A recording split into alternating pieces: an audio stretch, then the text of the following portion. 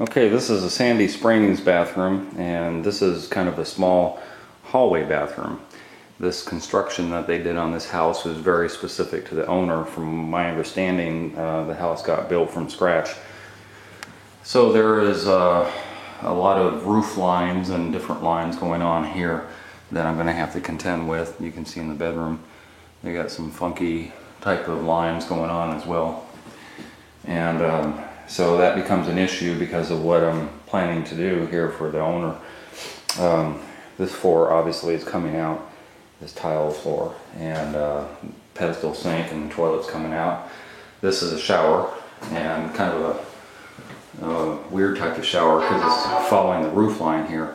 And having this is non-functional for the owner. They actually want a tub. And we have enough room for a 5-foot tub going in here, which we've already bought. It's going to be a drop-in tub, so inevitably I'm going to be building a deck and then having the drop-in tub going inside of that. But the way to get the room is to actually take out part of this wall. And this wall, hold on a second, let me get a flashlight. This wall has some plumbing issues in it, which we're going to have to deal with. We have a stack right here, so we're actually going to take the wall out to the edge of this stack, but there are some other plumbing things going on down here at the bottom that I'm going to have to move over and go into the wall with, including that one over there. But anyway, we're at the 5-foot mark right where this line is on this wall. So the 5-foot mark for the tub is right in line with this stack, and then the rest of the wall will be filled in, so we'll have this much room going in. That's actually the laundry room over there. Don't know what's going on with that sheetrock. What's beyond that sheetrock is a bit of a mystery, although I think it's part of the laundry room and we might have to go back into that. That depth there is not the same as that depth. This is deeper over here than that is over there. So there are two possibilities that will happen. One is we can only go up to that stud right there, which is shallow than here, and in which case the back of that tub is going to have a little shelf on it to make up that discrepancy, and so it'll actually be the same depth as far as this goes, except for the tub will come out a little bit further than I want it to be. It'll come out to about right here. Best case scenario is that we can go back into the laundry room, get that same depth as we have here, and then the tub will be a little bit further back from where the toilet is currently.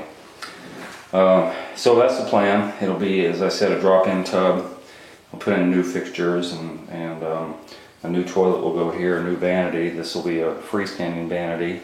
I think it's 32-inch vanity, so that'll be nice. I'm going to change out the sconces with different sconces, that's it, on electrical. And then the tiling portion is going to be, we've got a tile here that is like a wood grain porcelain tile that's going to be staggered. So the color is matching the real wood over here, which is kind of cool. So that's going to be staggered going this direction up to the tub area. And on this wall, it's going to follow that pattern all the way up to the wall where the new sink is, probably about a tile above the new sink to have an automatic backsplash going on. But it's only going to go on that wall. It won't go to the left or the right. And we're going to put in a metal transition strip on the top as a trim, since they don't have any trim tile for this. And so that's what's going on the floor. Once that's done, then I can put in the new vanity and the new toilet. As far as the shower goes, this is all, the entire shower, unfortunately, is going to be the small 1-inch tile. This will go on the tub face. So imagine the tub face being here. It's going to go up the tub face, and if there's any decking, then it will also encompass the decking area. It will also go up the walls, both left and right side of the wall, and it will go right here, because where this is tiled is going to be tiled again on this slant, but it's all going to be this tile. So how we're going to end it, I'm not really quite sure. They don't have, again, the bull nose excuse me, to go with this. They don't have, or yet anyway, they don't have a rope tile or anything like that. So I'm not really sure how this is going to end, but this is going to be a very, very busy tile. And hopefully it all kind of meshes together. My experience with this tile, if you've ever said it before, is although we're using white grout and it should flow contiguous, once you start using a whole bunch of this, you start realizing where the squares are after it's been set, regardless of the fact that they are like a puzzle, that they fit together, you know, pretty well. But they're hard to cut, the small cuts and stuff like that. When you end the tile, you have to piece together by hand, and so it takes a lot of time. So I'm not really feeling the tile or the look, but that's what she wants, so that's what we're doing. And that's about it. So this is day one. I'm doing the tear out, and once we get the tear out done, then I might come back in and show some of the issues on the plumbing that I'm going to have, and then of course the end video after that. So let me get started. Okay, this bathroom is complete. Well, not complete. I'll get to that. Anyway, here's the tile. It's looks like wood flooring, but it's tile. It's really cool. I like it. And here is the penny tile on all the walls. As you can see, it's very, very busy. Not my choice at all. And I think they're going to have grout issues at the end. If nothing else, the grout getting dirty. I used transition strip at the top and along the side and at the tub top right here. And the customer opted not to use any type of trim or anything on the edge here, so it's just kind of tile sticking out. I don't like it, but it's not my bathroom. Toilet and the vanity are just about in. This tile ran up the wall, as you can see. Used a transition strip across the top of there also. And this box, if you remember, had all the plumbing in there. All that plumbing got moved over.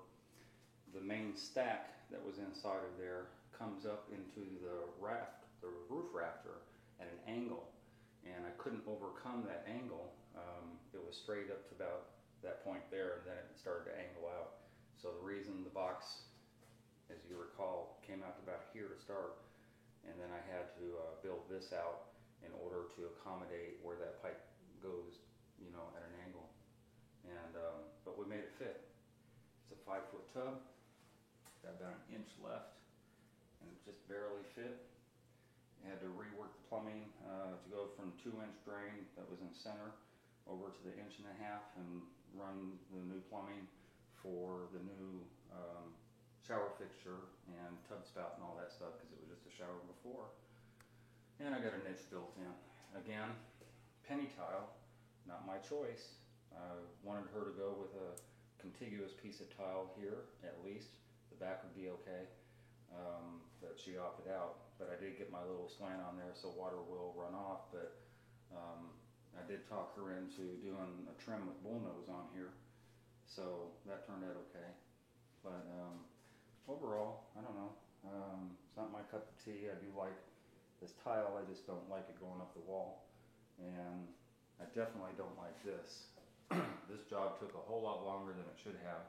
In fact, this job took longer than most of my bathrooms, and I'm here to tell you, if anybody, a contractor, somebody you have do penny tile, you can't pay them enough to do this. There's a lot of little tiny cuts all along the edges. Anywhere it meets, there's tiny little cuts around the top of there, and it's just very time consuming and not fun.